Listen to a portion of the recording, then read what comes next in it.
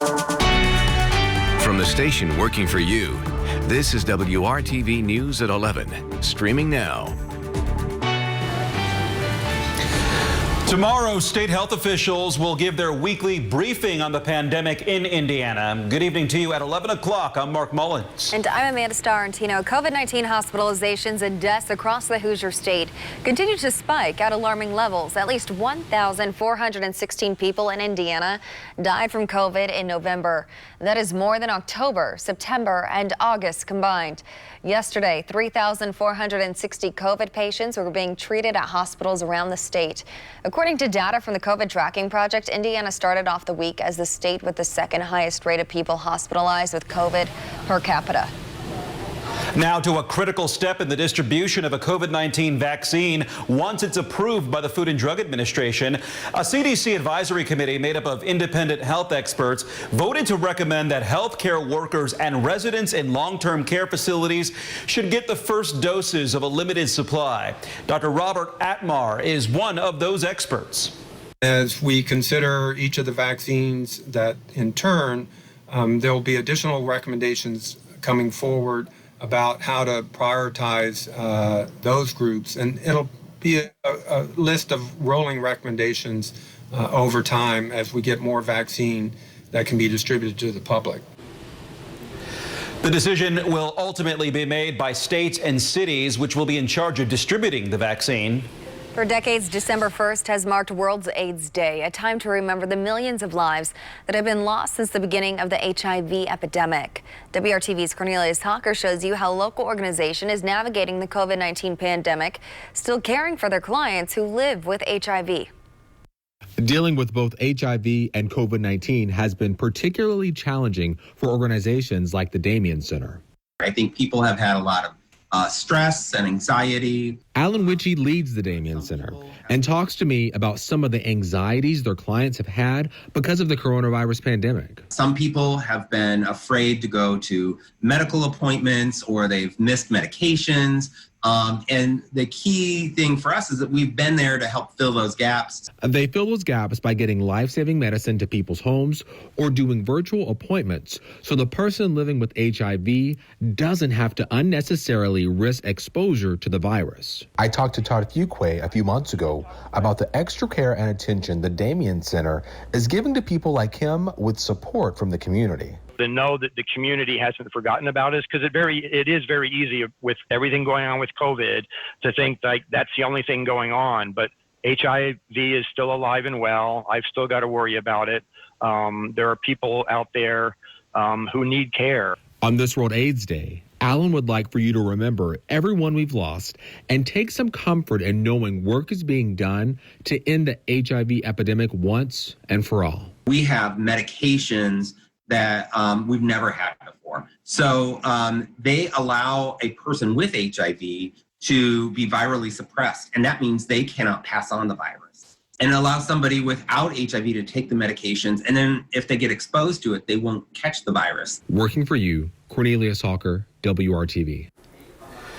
We're working to learn the cause of a crash on the north side of Indianapolis that left a child dead. Police say around 8:45 tonight, a driver swerved off Keystone Avenue near 52nd Street, causing the vehicle to roll over into a parking lot. A child died at the scene.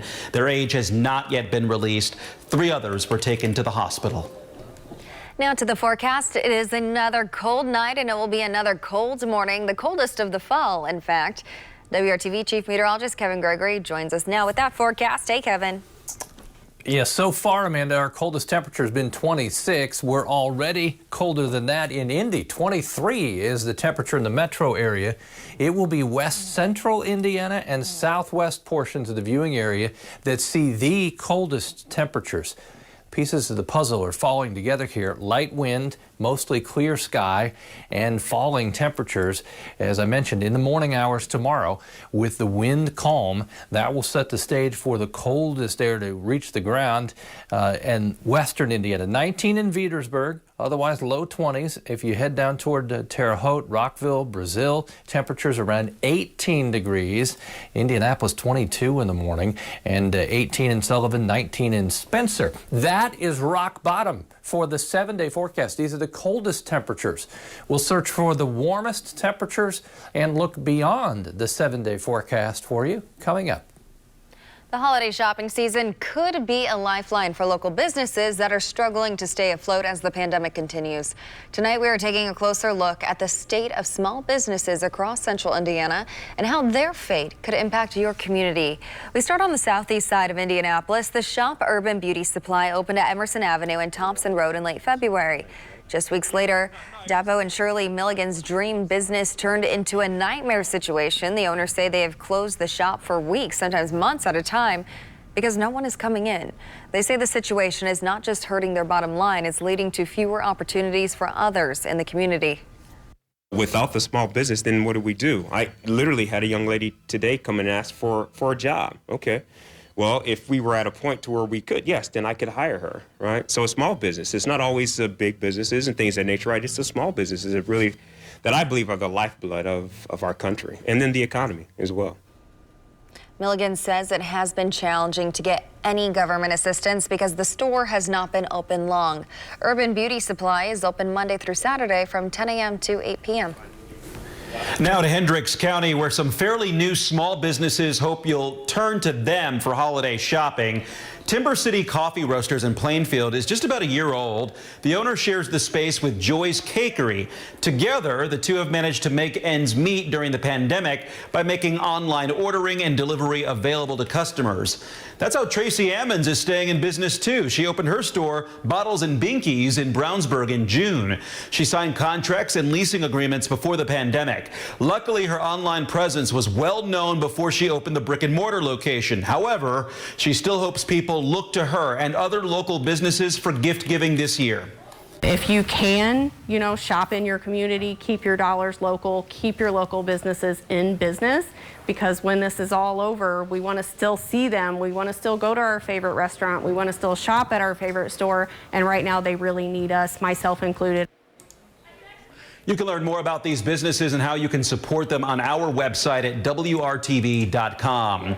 In Boone County, some small businesses are embracing the virtual world. The gym Indy Max Impact in Zionsville went strictly virtual in March by necessity, but now the option is still available to clients who may not feel comfortable working out at the facility.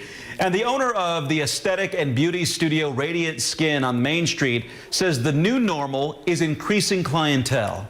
So a lot of people, with this, we're wearing a mask, and a lot of people are doing those Zoom calls. So a lot of people come in and say, oh, through this, I noticed that, I have wrinkles around here. So, they're like, oh, I need Botox. Or people are like, with the mask, it's drying people's face out, or it's, producing acne.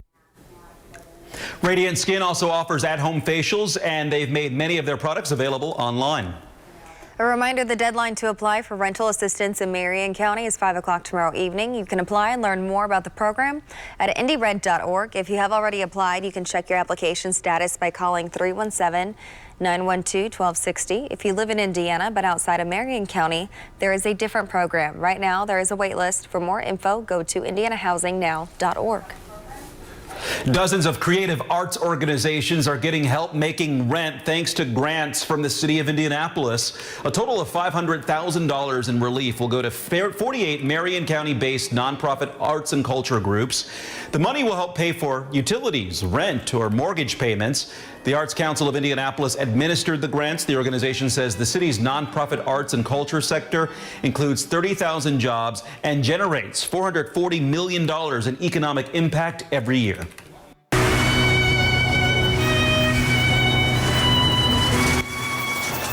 Local musicians are getting a chance to shine on an unlikely stage, reaching audiences they've been missing during the pandemic. WRTV's Cameron Riddle shows us how music in transit is making a difference for local musicians. This year has been especially hard on local musicians who typically rely on gigs in restaurants and clubs to make ends meet. But for the past 9 months, the pandemic has kept that from happening. Everybody is taking a financial hit this year, whether it's a music venue, music artists, even people on the audio video side of things. Before the pandemic, local filmmaker Jake Huber and live venue owner Mike Angel launched the web TV series called Music in Transit, a way to highlight the Circle City's musicians as they perform live shows on Indigo buses and bus stops. It's really that simple. We put bands on a bus, and when it allows for it, an audience too. Season 1 was all about surprising new audiences. You stop in your own tracks and you're like, oh, what is I'm experiencing right now? And after a while, every single act we had formed a crowd, and they kept in touch with us when the series would be released. And through that, many acts have reached out to us saying thank you, because, I've gained a new audience. I've had people buy our records or merch just from these videos. Like I'm living off this set. Season 2 of Music in Transit will look a bit different. The mobile shows are socially distant this time around with a limited crowd. Huber and Angel are hoping Season 2 will allow the world to still see Indianapolis musicians of multiple genres who, thanks to pandemic restrictions, could use all the exposure they can get. Hip-hop, alt-country, indie rock, other funk, everything, really. If we promote this properly, we could get a pretty broad reach for them and hopefully drive up their album sales a little bit. Cameron Riddle, WRTV. Season 2 of Music in Transit will premiere this month on YouTube. That's also where you can catch up on the first season.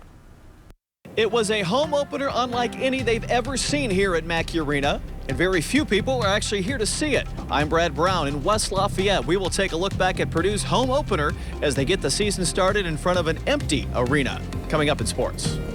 I hope people see the video. I hope they listen. I hope they start questioning what they're going to do for Christmas or New Year's. A Central Indiana nurse's grim social media video is getting national attention next. The message she wants you to hear.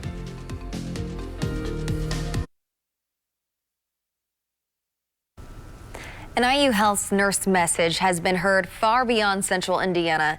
In a video diary shared with ABC News, she spoke about the heartbreaking moments that frontline workers have to face daily during this pandemic. When the news says we've reached a new death toll, I don't understand that. But as a frontline healthcare worker, I can understand and I can describe the sound the zipper on a body bag makes. I know the feeling of my hand on a chest and the feeling of 2 minutes of CPR before the next pulse check. That video diary has spread quickly across social media. IU Health ICU nurse Brandy Copsis-Kingsley spoke with me tonight about the message she hopes people are not ignoring how serious the pandemic is in Central Indiana. We are lucky here in Indianapolis. We have a lot of amazing hospital systems, but they are all under strain. And healthcare workers are putting in tons and tons of work hours. And I get it.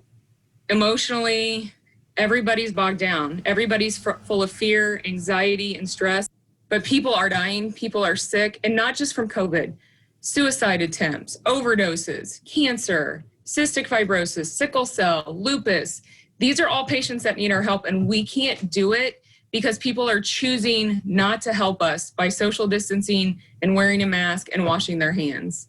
You literally have the ability to save a life, and that's on you. That's on you. You make that decision for yourself and for those around you.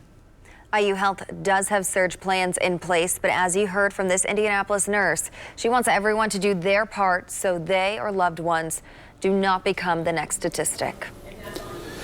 New tonight, the great-great-granddaughter of the iconic Madam C.J. Walker is weighing in on the future of Indiana Avenue. The street is home to the Madam Walker Legacy Center and was once the site of a thriving black business community. WRTV has been following plans to redevelop the area. At a virtual meeting for the Economic Club of Indiana this afternoon, Alelia Bundles said that she would like to see the development that is walkable, community-oriented, and that creates opportunities. With IUPUI and with all of the talent and all of the resources that are there in the business school and the informatics school and architecture and design, there is a way, I think, to create some partnership with all of the stakeholders participating. So I'd love a neighborhood that maybe feels like Broad Ripple or feels like Fountain Square, but that also is creating economic opportunity. We told you last week plans for a large apartment complex on Indiana Avenue have been dropped. That was good news to grassroots organizers who want development in the area to reflect Indiana's rich Black history and culture. Kevin. Well, the record low temperature tomorrow morning is 3 below zero. I don't tell you that because we're going to be close to it. It'll just make these temperatures seem a little warmer. 23, that's a current temperature in Indianapolis. I'd say from Indianapolis west and southwest, that's where temperatures will be the coldest, dropping into the teens tonight. We wave goodbye to the area of low pressure that was spinning the snow showers through the state last night. The farther east-northeast that moves away from the area of high pressure, the more relaxed the wind will become. That area of high pressure's got our skies clear tonight or clearing, and the wind calming down, setting the stage for temperatures again to drop into the upper teens to lower 20s across the entire area. Big difference from today. We only had a 6-degree temperature range from morning low to afternoon high. Tomorrow we'll make a nice recovery. We should be 20 degrees warmer than we start tomorrow morning. 43 in the afternoon. More clouds around Thursday. Temperature still just below the average high of 45. We're dry with some sunshine on Friday as well. There's the game plan. By noon tomorrow, 38. Sunshine around and the wind relatively calm, 5 to 10 miles per hour, and that'll make the sun a little more effective. At least when you're just standing there in the sun, it makes a difference. That wind west 5 to 10, as I mentioned, not nearly as strong as it has been the last couple of days. Highs tomorrow will be cooler to the north and east. Logansport, Purdue, Marion, Hartford City. Over toward Richmond, you'll struggle to hit the 40-degree mark. Western Indiana temperatures should be low to mid 40s, and that trend continues as you go into the southern portion of the state. A change for Thursday. More clouds, especially in the southern half of the state. Maybe a shower down along the Ohio River, but right now it looks like it stays out of central Indiana. There are your Thursday temperatures, again in the 40s. Friday, we'll end the work week with the mixture of clouds and sunshine, 45 degrees. Into the weekend we go. The chance for any rain-snow mix is just 20% Saturday, really Friday night and Saturday, 41 on Sunday. 7-day forecast, there it is. Temperatures won't be as cold as tomorrow morning for the rest of the 7-day forecast. Notice we're consistently in the 40s for highs and generally a dry 7-day forecast. Beyond that, this takes us to the middle of December, forecasting above average temperatures. Average temperatures during that stretch will move from 41 back down to 39 during that stretch. So we get through the 7-day and we go a little warmer as we move to mid-December. Mark? Yeah, 22 degrees tomorrow. Watch out for that. Thanks, Kevin. Hey, should the pandemic change the way you exchange gifts with friends and family this holiday season? Newsy's Lindsay Thies took that question to health experts. As the holiday season begins, you might be wondering about the risks of getting sick with COVID-19 as you make plans to celebrate. We asked the experts, what's the risk of gift giving around the holidays? Their take, giving gifts is low risk. It's not what you do, it's how you do it. You still want to be cautious that if you're giving gifts, you're being respectful of those social distances and masking up if you're giving them in person. I would suggest the drive-by drop-off where you can have some engagement but maintain those physical distances. Give those gifts and enjoy that holiday spirit. I think that is safe and is something that we can still all actively participate in this season. With good hand hygiene and hand sanitizer use before and after opening things, as we have been doing with everything, especially if you don't pause and not take that right after, say, your postman delivers it or FedEx or whomever it may be. There's really not a lot transmitted through that. There's wrapping paper and stuff anyway, so you're taking some of that off. So I'm not too concerned about that. Even sending through gifts through the mail and things, really probably low risk there. It's really that person to person being in that same room for that 15 minutes or greater, that's really where that risk starts to go up. If you want to sit around the tree, Christmas morning with somebody who's not your household contact, that's going to be a much higher risk, bordering moderate to high risk, and I'd say that's avoidable. For more information on what is low, medium, or high risk, visit newsy.com/what's the risk. There have been many changes all around college basketball as the season gets underway. Purdue playing a rare Tuesday afternoon game. Plenty of fans excited for the home opener, just not inside Mackey Arena. Brad Brown has more from West Lafayette. The paint crew is painted on this season. That crowd noise? Not nearly as impressive as the real thing. But the effort by Purdue in its home opener, that is something you can certainly see as the Boilermakers open their home schedule. Purdue and Oakland played even for the first 10 minutes. Once the three-pointers started falling for Purdue, the points added up in a hurry. Sasha Stefanovic led the outside shooting attack with 6 triples in the game. A trio of threes helped kickstart a run that put the Boilers up by 15. Travion and Zach make it just so much easier for us, and like you said earlier, our guards were, Ethan and Isaiah were really making the extra pass and facilitating it well, and we just got open looks, and we're not going to hesitate when we have open threes. But it is the young players on this Purdue roster that continue to shine. 7'4" center Zach Edey followed up his 19 and 17-point showings with another 13 on Tuesday. 7 rebounds to go with it. Edey moving well without the ball. Definitely a load to handle inside at both ends of the floor. Purdue led 49-27 at halftime. Redshirt freshman Brandon Newman led the scoring with 21 points. He hit 4 threes, 7 of 11 shooting overall. This week we put a lot of time in for their zone, so I thought we were pretty prepared for it. And like you said, our ball movement was key tonight because we need to move the zone and get them moving. Purdue hit 55% from the field, and the shots kept falling from outside all afternoon. 17 three-pointers by the time it was done. Purdue making some strides in a 93-50 win. You got to be able to take care of the basketball against various styles of play, whether it's a pressing team, a zone team, a man-to-man pressure, a switching team, whatever it might be. There's a lot of different styles, and so we have to be able to continue to grow. And but it was still a good sign today. Purdue will get 2 more opportunities on the home court ahead of the Big Ten season. Valparaiso comes in here on Friday. Indiana State is scheduled to come in here on December 12th. And, of course, the way things go anymore, those are always all to be determined right up until the day of. The Big Ten schedule will start right here in West Lafayette on December 16th when Purdue takes on Ohio State.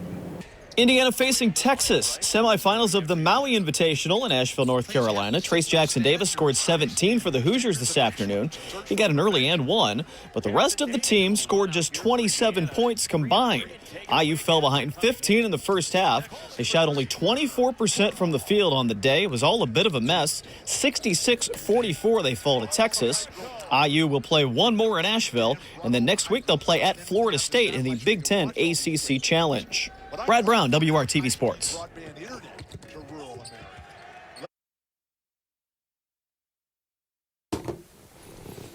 Temperatures only get warmer after tomorrow morning. We'll start in the lower 20s and upper teens, 38 by noon. Afternoon temperature of 43. The wind will be light and we'll have plenty of sunshine. So enjoy that. Amanda?